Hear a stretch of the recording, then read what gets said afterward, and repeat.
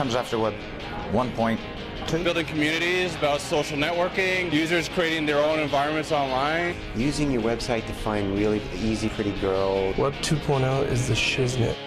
A moment where an old media system is dying and a new media system is being born. An era when spectatorial culture is giving way to participatory culture. Sounds del issue as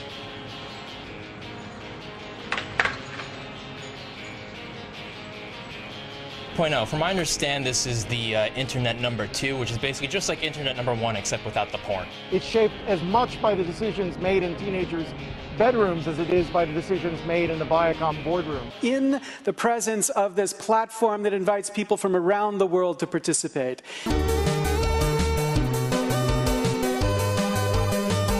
After hundreds of years of balance and respect for the creative process,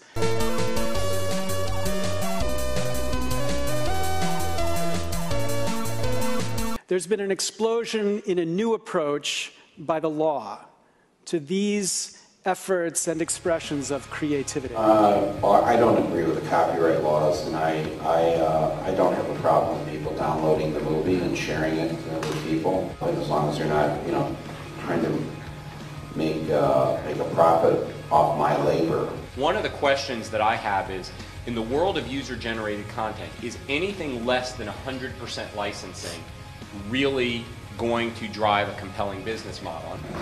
It's like if a friend of yours had the DVD of my movie and gave it to you to watch one night, is that person doing something wrong?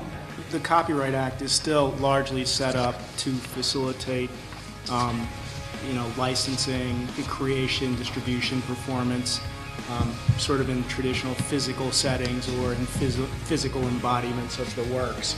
And so it's really messy, it's really painful, it's really difficult in the digital space because there are lots of questions, there aren't efficient processes for getting things licensed quickly, and the digital space is just taking off like a rocket.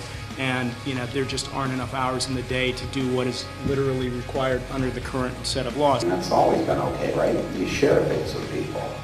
If any of you have dealt with the music publishing situation in the digital space, to call it a nightmare is a vast understatement. But this is a chance, this is a new landscape, and it's a chance to reset the table. Is internet file sharing a personal right, or is it simply robbery? Millions of songs are downloaded every day at no cost to music fans around the world, but the cost to the recording industry runs into the millions. Do artists benefit from this greater exposure, or are they losing out on a sizable share of their income? Some major labels are taking downloaders to court. On Friday, a university student in Boston was found guilty of sharing 30 songs and fined $675,000. With the mounting problem of illegal downloading and little help being offered, the future does not look bright for these students caught in the vicious cycle of illegal file sharing. Like, whenever I tell someone I'm from Ohio University, they ask me for the new Nickelback album. Who wants to buy the new Nickelback album? The RIAA is being ridiculous. Everyone thinks of us students as a bunch of criminals. These absurd verdicts do demonstrate how impossible it is to stop file sharing.